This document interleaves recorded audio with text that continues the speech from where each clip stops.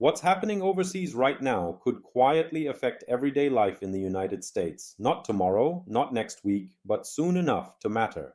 And most Americans don't realize how this process actually works. Several regions around the world are facing growing instability at the same time, and markets tend to react faster than governments. When tensions rise, shipping routes become less predictable, insurance costs increase, and transporting goods across the world becomes more expensive. At first, this seems like a problem for large companies, but those extra costs rarely stay with corporations. They move down the chain and eventually reach consumers. The United States relies heavily on global trade for energy, electronics, and everyday products. When delivery slows down or costs rise, companies have two choices: raise prices or cut expenses. Often, they do both. This is how inflation quietly builds momentum, not from one dramatic event, but from a series of global disruptions that slowly add up. Energy plays a major role in this process. Even though the US produces its own oil and gas, it is still part of a global energy market. When prices rise elsewhere, Americans often feel it at the pump.